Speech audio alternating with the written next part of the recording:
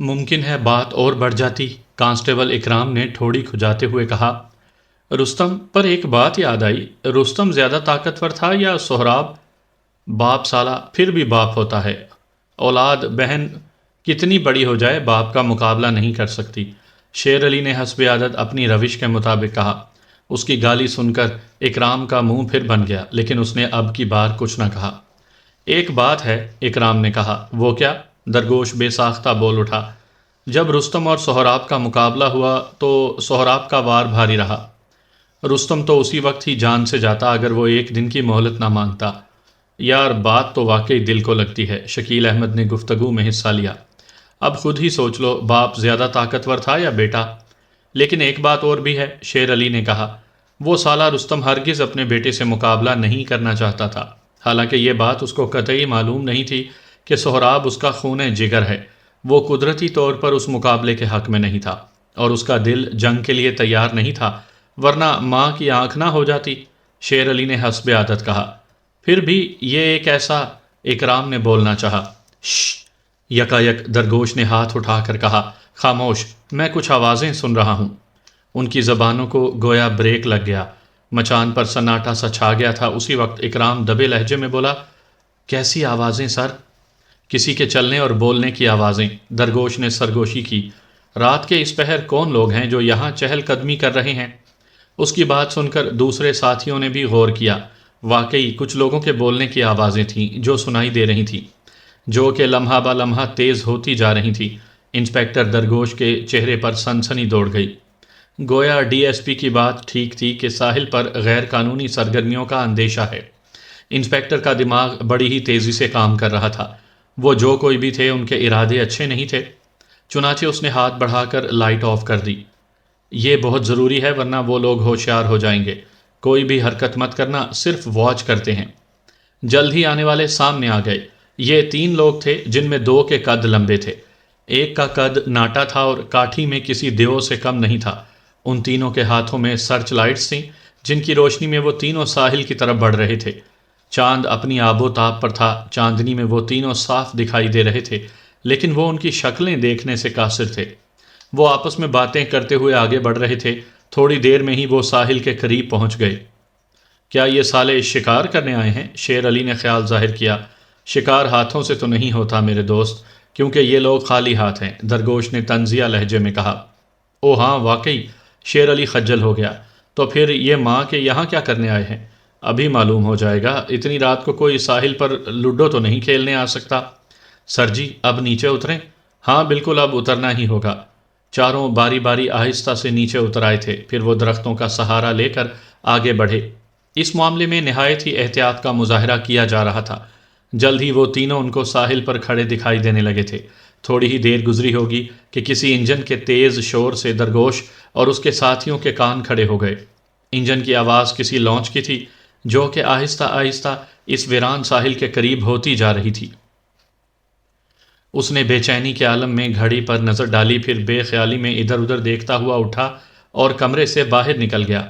راہداری نیم تاریکی میں ڈوبی ہوئی تھی، ہر طرف سناٹا اور خاموشی تھی۔ راہداری سے گزرنے کے بعد اب وہ ایک کھلی جگہ پر آ چکا تھا۔ کافی دور جا کر اب وہ ایک خاص مقام پر آ کر رک گیا۔ اب وہ اسی جگہ جم کر کھڑا ہو گیا، پھر اس نے 3 دفعہ تالی بجائی۔ فوراً ہی اس سے 2 قدم کے فاصلے پر ایک خلا نمودار ہو گیا۔ اس خلا میں سوائے تاریکی کے کچھ اور نہیں تھا، لیکن وہ بے دھڑک ہو کر اس تاریکی میں نیچے اتر گیا۔ وہ سیڑھیاں تھیں جن پر وہ قدم رکھ رہا تھا۔ جیسے ہی وہ 5ویں سیڑھی پر پہنچا، خود بخود ہی چاروں طرف روشنی کی بوچھار ہو گئی۔ اب سب کچھ صاف اور واضح دکھائی دے رہا تھا۔ یہ ایک چھوٹا سا کمرہ تھا جس میں ایک میز اور کرسی موجود تھی۔ دیوار پر ایک کمپیوٹر سکرین نصب تھی اور ساتھ میں ایک مائک بھی موجود تھا۔ میز پر ایک بورڈ نصب تھا جس میں بے شمار قسم کے رنگ برنگے بٹن نصب تھے۔ اس نے ہاتھ بڑھا کر کچھ بٹن دبائے اور فوراً ہی سکرین روشن ہو گئی۔ اس کے انداز میں بڑی ہی بے چینی تھی، یوں لگ رہا تھا کہ جیسے کسی اہم مقصد کو حاصل کرنا چاہتا ہو۔ سکرین پر ایک حال نما کمرے کا منظر واضح ہو چکا تھا جس میں 4 افراد دکھائی دے رہے تھے جو کہ آپس میں باتیں بھی کر رہے تھے۔ بس آج کی رات اہم ترین رات ہے۔ میرے گھوڑے کمزور ضرور ہیں مگر مجھے یقین ہے کہ یہ میدان مار لیں گے۔ میری سالوں کی محنت رنگ لانے والی ہے اور کامیابی میرے قدم چومے گی۔ وہ آپ نہ جانے کیا کیا کہتا رہا، پھر اس نے کرسی کھسکائی اور سکرین پر نظریں جما کر بیٹھ گیا۔ اس کی نظریں اپنے ساتھیوں کو گھور رہی تھیں۔ درگوش اپنے ساتھیوں کے ساتھ مستعد تھا۔ اس کی نظریں ان تینوں پر جمی ہوئی تھیں اور پھر لانچ ساحل سے آ لگی تھی۔ پھر اسی لانچ سے کسی نے ٹارچ سے 3 بار روشنی جلائی تھی۔ ساحل پر موجود ان 3 میں سے ایک نے وہی عمل جواباً دہرایا۔ اسی وقت لانچ سے کسی نے سمندر میں چھلانگ لگائی تھی۔ سمندر بہت گہرا ہے۔ سمندر کی گہرائی کا اندازہ صرف ایک ماہر تیراک ہی لگا سکتا ہے۔ ساحل پر تینوں میں سے ایک بولا۔ غالباً یہ ان کے کوڈ ورڈز تھے جس سے یہ لوگ ایک دوسرے کو پہچانتے تھے۔ اوکے، مال ریڈی ہے، لانچ والے کی آواز میں اطمینان تھا۔ یہ سن کر وہ تینوں آگے بڑھے۔ درگوش نے اپنے ساتھیوں کو کسی بھی قسم کی حرکت سے منع کر دیا تھا۔ جلد ہی لانچ سے ایک وزنی سا باکس اتارا گیا جسے فوراً ہی درختوں کے قریب لا کر رکھ دیا گیا تھا۔ پھر وہ لانچ وہاں سے روانہ ہو گئی۔ وہ تینوں عجلت میں آگے بڑھے۔ ہالٹ! خبردار ہلنے کی کوشش مت کرنا، درگوش نے کڑکدار آواز میں کہا۔ تینوں حیرت کے مارے اچھلے اور پھر ساکت ہو گئے۔ خبردار، تم تینوں زیر حراست ہو۔ اگر ہلنے کی کوشش کی تو میرے ریوالور کی ساری گولیاں تم لوگوں کے جسموں میں چھید کر چکی ہوں گی۔ پھر وہ تینوں چاروں اطراف سے گھیر لیے گئے تھے۔ ان کے وہم و گمان میں بھی نہیں تھا کہ یہاں پولیس بھی آ سکتی ہے۔ ناگر کا دماغ بڑی ہی تیزی سے اس ناگہانی صورتحال سے نمٹنے کے بارے میں سوچ رہا تھا۔ اس نے جیک کو نادر محل میں چھوڑ کر کافی عقل مندی سے کام لیا تھا۔ ہمارا جرم کیا ہے؟ ناگر نے پرسکون لہجے میں دریافت کیا۔ اتنی رات کو کیا اپنے ابا کی شادی میں آئے تھے سالے؟ شیر علی نے سخت لہجے میں پوچھا۔ ہم کمپنی کے ورکر ہیں اور اپنا مال وصول کر رہے ہیں۔ ناگر کو کوئی اور جواب نہ سوجھا۔ بہت خوب، کون سی کمپنی ہے تمہاری اور کس قسم کا مال ہے؟ درگوش نے سخت لہجے میں پوچھا۔ نیشنل فشنگ کمپنی، اور ہم مچھلیوں کی فیڈ وصول کر رہے تھے۔ اس باکس میں فیڈ ہے۔ کیا ورک آرڈر ہے تمہارے پاس؟ ناگر نے اس بات کا کوئی جواب نہیں دیا اور فوراً ہی اس نے اپنا ہاتھ جیب میں ڈال دیا۔ اگلے پل ہی اس کا ہاتھ باہر بھی نکل آیا تھا اور پھر اس نے وہی ہاتھ فوراً جھٹک دیا تھا۔ دوسرے ہی لمحے وہاں ایک ہلکے سے دھماکے کے ساتھ سفید رنگ کا گاڑھا سا دھواں پھیل گیا۔ یہ سب کچھ اتنی تیزی سے ہوا تھا کہ وہ کچھ سمجھ ہی نہ پائے۔ دھواں بہت تیزی سے ان کے گرد پھیل گیا تھا۔ درگوش اور اس کے ساتھیوں کی ناک بہت تیزی سے جلنے لگی تھی۔ درگوش کے ساتھیوں نے فوراً ہی اپنی ناکوں پر رومال رکھ لیے تھے۔ دھواں چھٹا تو وہاں کوئی نہیں تھا۔ بہن بھاگ گئے دھوئیں کا بلاسٹ کر کے، شیر علی نے گالی دیتے ہوئے کہا۔ بھاگ گئے لیکن مال چھوڑ کر، شکیل احمد نے باکس کی طرف اشارہ کرتے ہوئے کہا۔ شکیل، تم ان کے پیچھے جاؤ، وہ لوگ زیادہ دور نہیں جا سکتے، اور ہم دیکھتے ہیں کہ اس باکس میں کیا ہے۔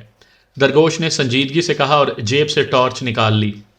شکیل احمد درگوش کی بات سن کر اس طرف دوڑ گیا تھا جس طرف ان لوگوں نے دوڑ لگائی تھی۔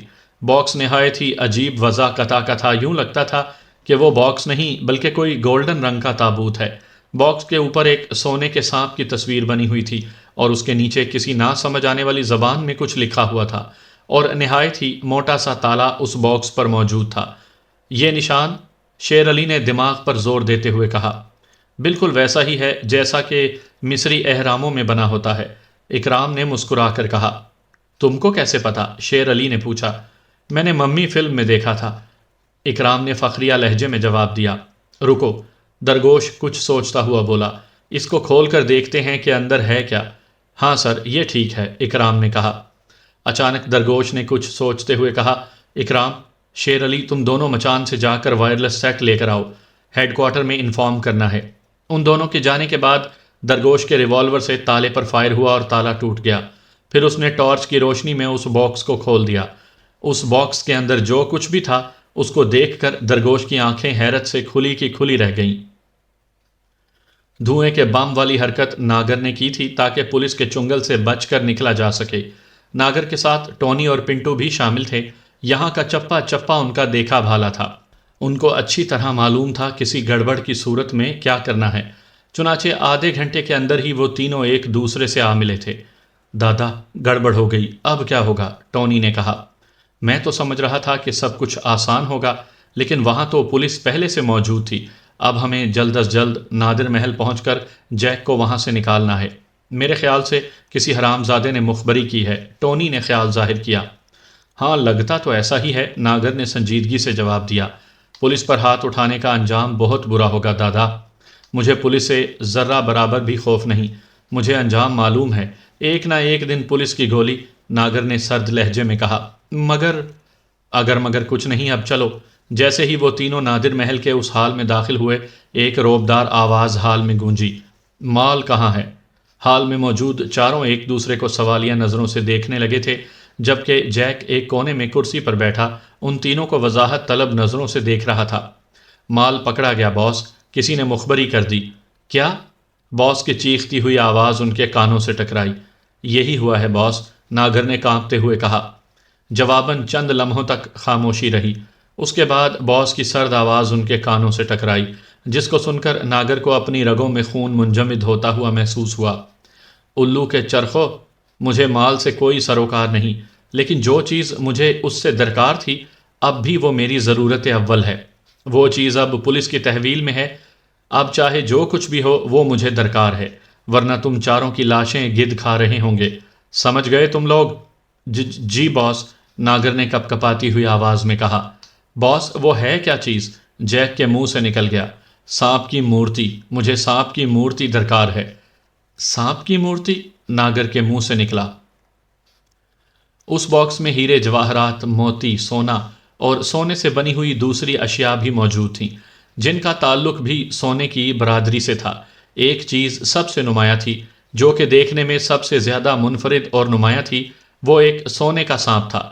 درگوش کو نہ جانے کیا سوجھا، اس نے ہاتھ بڑھا کر اس سانپ کو اٹھا لیا۔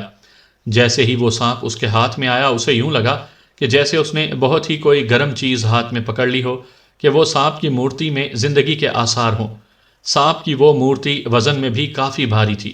اس سانپ کی آنکھوں کی چمک کافی تیز تھی، لازمی طور پر ان آنکھوں کی جگہ ہیرے تھے۔ درگوش نے ادھر ادھر دیکھتے ہی فوراً اس سونے کا سانپ کو اٹھا کر جیب میں ڈال لیا۔ بہت جلد امیر ہونے کے لالچ نے درگوش سے یہ کام کروا دیا تھا۔ اس سانپ کے علاوہ اور کوئی بھی ایسی چیز نہیں تھی کہ اس کو فوری چھپا سکتا۔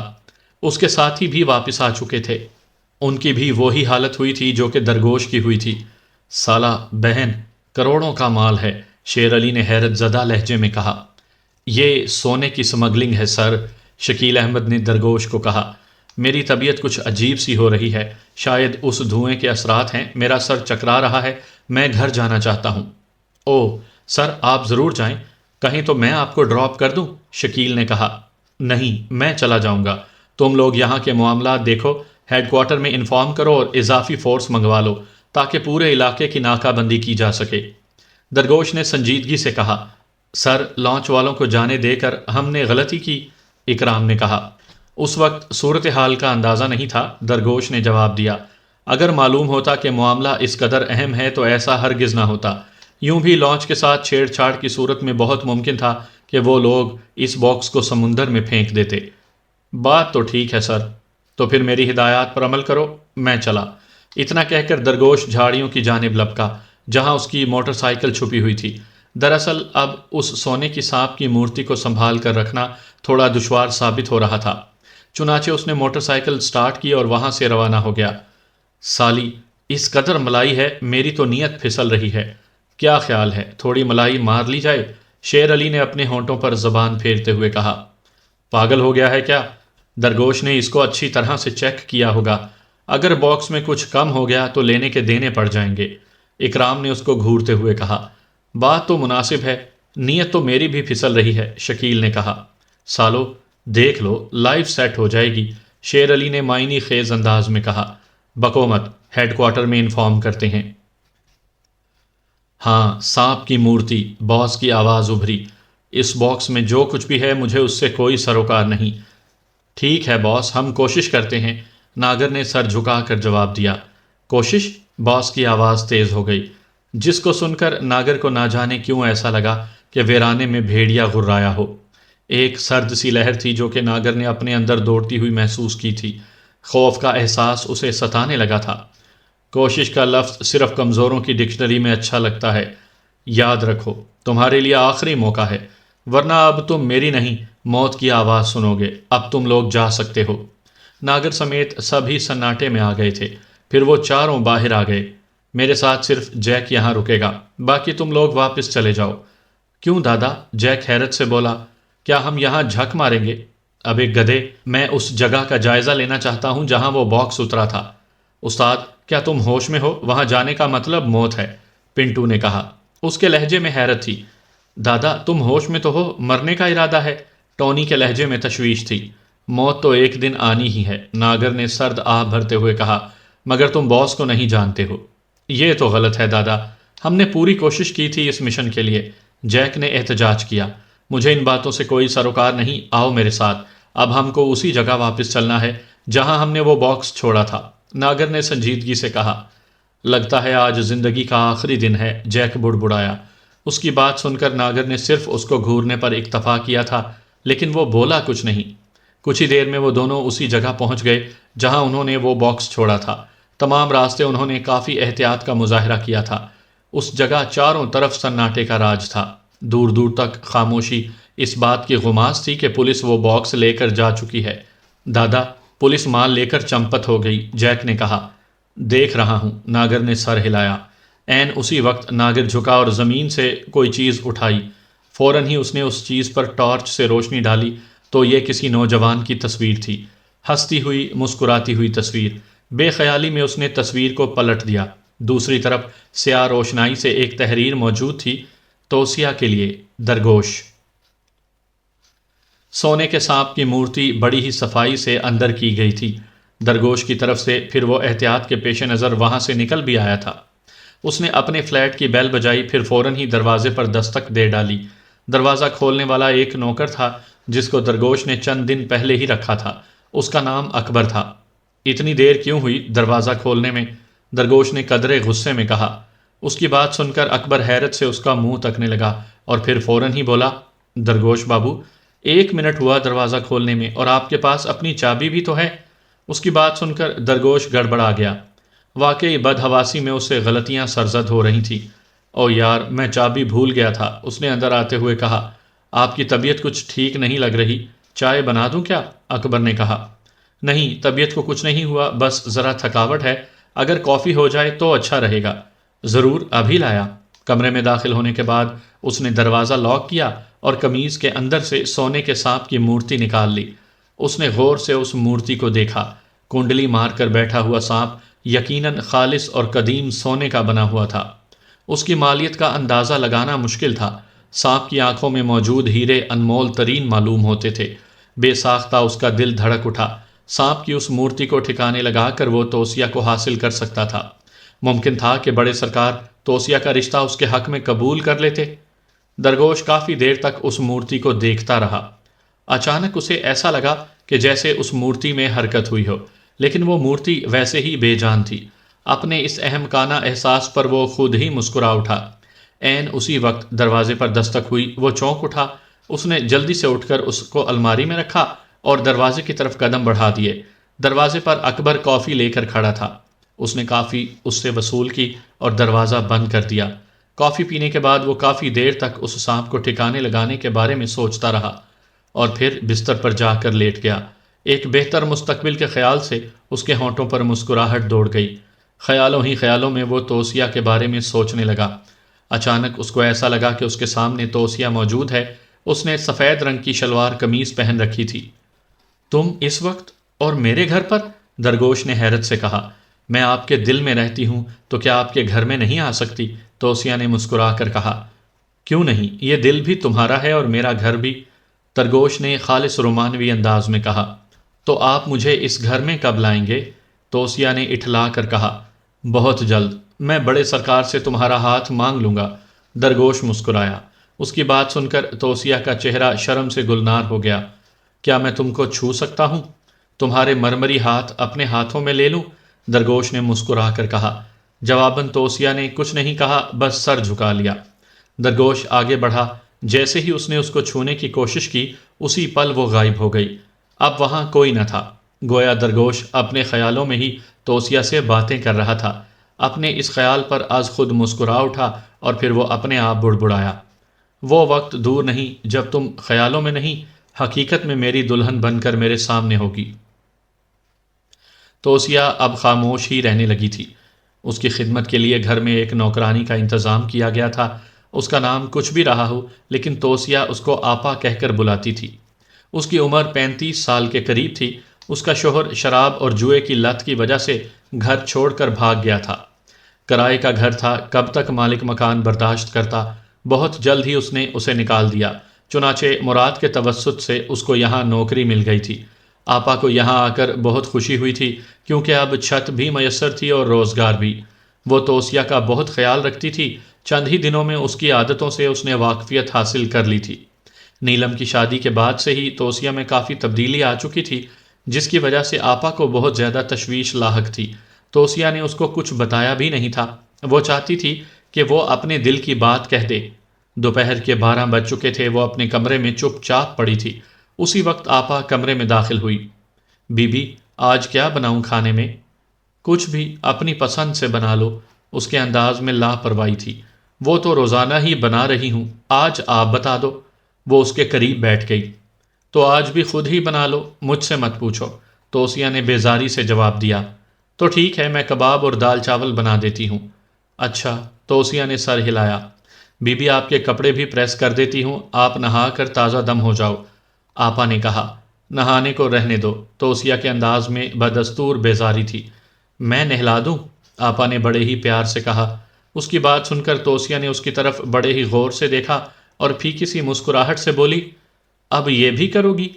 تو کیا ہوا؟ آپا نے جواب دیا، آپ کا ہر طرح سے خیال رکھنا میرا فرض ہے۔ تم کپڑے لے آؤ، میں خود ہی نہا لوں گی۔ میرے ہوتے ہوئے آپ پریشان نہ ہوں، وہ اٹھتے ہوئے بولی، آج میں آپ کو اپنے ہاتھوں سے نہلاؤں گی۔ توسیہ کچھ نہ بولی۔ تھوڑی ہی دیر بعد وہ کپڑے لیے کمرے میں داخل ہوئی، ان کو بیڈ پر رکھ کر مسکرا کر بولی، چلیں؟ اوفو، آج تم نے خوب ضد پکڑی ہوئی ہے، توسیہ اٹھتے ہوئے بولی۔ آپ کو 2 دن سے بجھا ہوا دیکھ رہی ہوں، میرا دل دکھ رہا ہے۔ نہانے کے بعد آپ کی طبیعت سنبھل جائے گی، آپا نے مسکراتے ہوئے کہا۔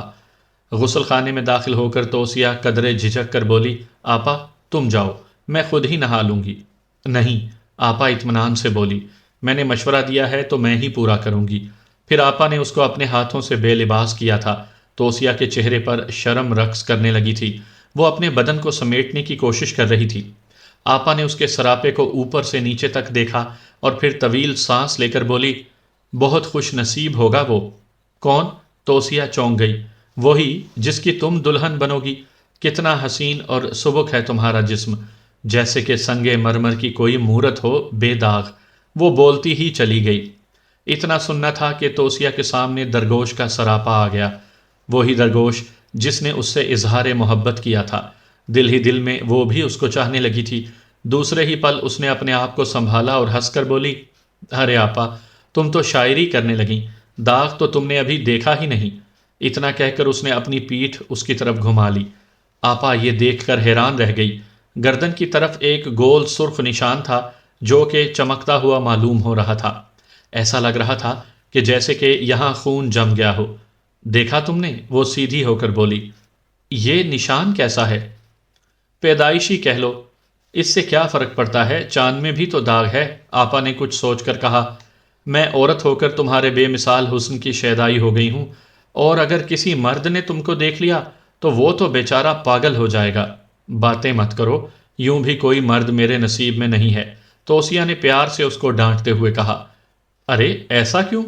مجھے نہیں معلوم، اس کا لہجہ غم زدہ تھا۔ ہو سکتا ہے کہ میں مرد ذات کے لیے نقصان دہ ثابت ہوں۔ یہ تو ایک فضول سی بات ہے، وہ اس کے جسم پر پانی ڈالتے ہوئے بولی۔ میں ٹھیک کہہ رہی ہوں، نیلم کی شادی میں اس سے ملاقات ہوئی تھی، وہ یہاں بھی آ چکا ہے۔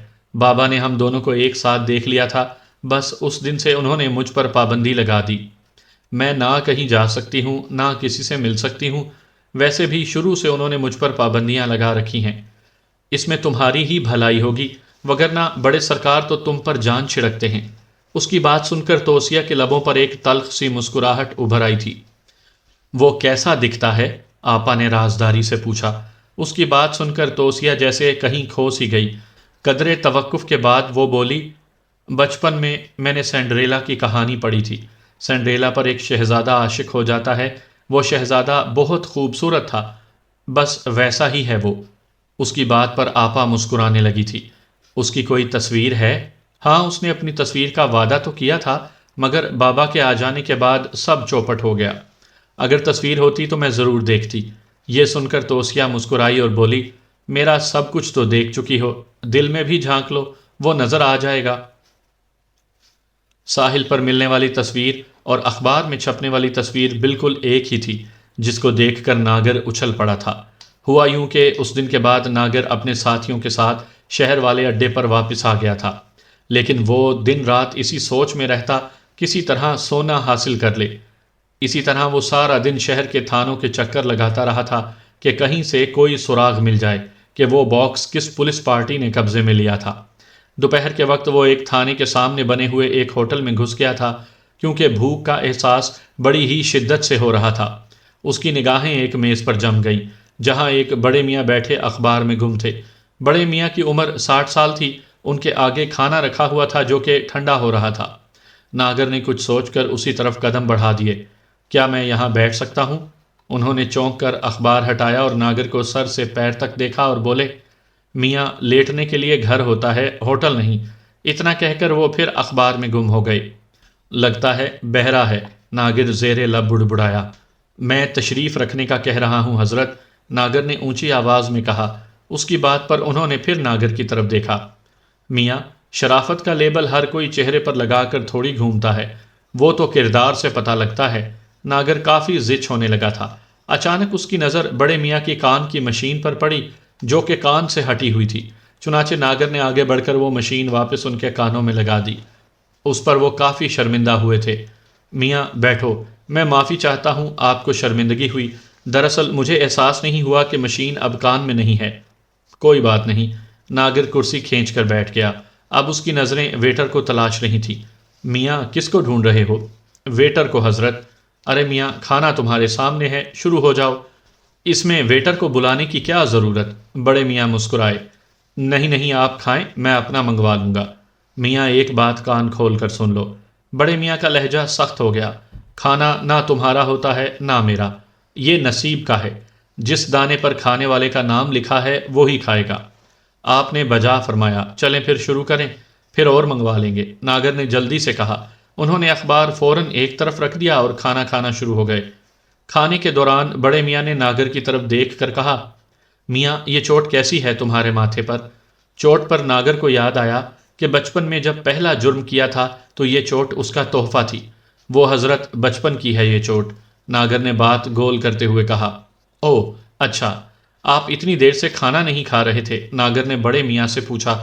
دراصل اخباروں میں خبریں ہی اتنی چٹپٹی ہوتی ہیں کہ دھیان ہی نہیں رہا۔ اب دیکھو نا، سمگلر بھاگ گئے، سونا گرفتار ہو گیا۔ ناگر کے کان کھڑے ہو گئے۔ جی میں سمجھا نہیں۔ ارے میاں حیرت ہے، تم اخبار بھی نہیں پڑھتے تو نیوز چینل بھی نہیں دیکھتے ہوگے؟ بڑے میاں کے لہجے میں حیرت تھی۔ حضرت وقت ہی نہیں ملتا، ناگر نے ٹھنڈی سانس بھری۔ اب تو ویسے بھی وقت کم ہی رہ گیا ہے۔ تم ٹھیک ہی کہتے ہو، بڑے میاں نے تعصب سے گردن ہلائی۔ برکت ہی کہاں رہی ہے اب۔ ہمارے دور میں جدید سہولیات نہیں تھیں لیکن برکت بہت تھی۔ ایک کماتا تھا تو 10 کھاتے تھے، اور آج 10 بھی پورے نہیں۔ دن اور رات تو یوں گزر جاتے ہیں، پتہ ہی نہیں چلتا۔ بڑے میاں نے لمبی تقریر جھاڑ دی تھی۔ ناگر نے سوچا بزرگوار کافی باتونی معلوم ہوتے ہیں، اس سے مدعے کی بات کرنے کی ضرورت ہے۔ بالکل درست، آپ سونے کے بارے میں کچھ بتا رہے تھے۔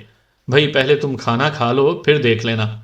میں صرف سرخی دیکھوں گا، اتنا کہہ کر اس نے اخبار میز پر پھیلا دیا۔ اخبار میں خبر کے ساتھ اس ساری ٹیم کی تصاویر اور ان کے نیچے ان کے نام بھی موجود تھے۔ پھر وہ درگوش کی تصویر اور اس کا نام دیکھ کر اچھل پڑا تھا۔ درگوش کی آنکھ کھلی تو کافی دن چڑھ چکا تھا۔ اس کی طبیعت میں کچھ بوجھل پن سا محسوس ہو رہا تھا۔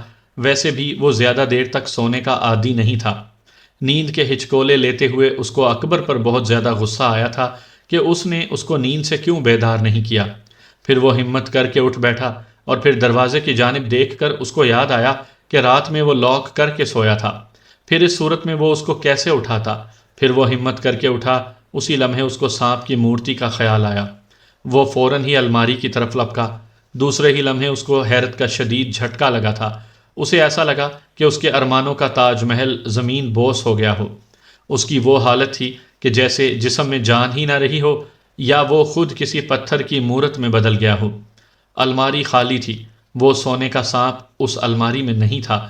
کہیں سے بھی اس کو ایسے آثار نہیں ملے جیسے کہ کوئی اس کمرے میں آیا ہو۔ اس نے پورے کمرے کی تلاشی لے ڈالی، لیکن اس سونے کے سانپ کی مورتی کو نہ ملنا تھا اور نہ ہی وہ ملی۔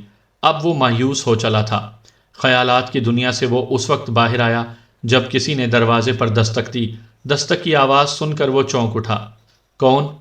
میں ہوں، اکبر۔ او اچھا، اتنا کہہ کر اس نے فوراً ہی دروازہ کھول دیا۔ کمرے کی حالت دیکھ کر اکبر کی نگاہوں میں حیرت دوڑ گئی، لیکن اس نے کوئی سوال نہیں کیا۔ لیکن درگوش اس کی نگاہوں میں مچلتی ہوئی حیرت کو بھانپ گیا، جیسے وہ کہہ رہا ہو، رات کسی سے کشتی لڑی تھی کیا؟ تم جاؤ میرے لیے ناشتہ بناؤ، میں نہا کر آ رہا ہوں۔ درگوش نے اس کی نگاہوں کو پڑھتے ہوئے سخت لہجے میں کہا۔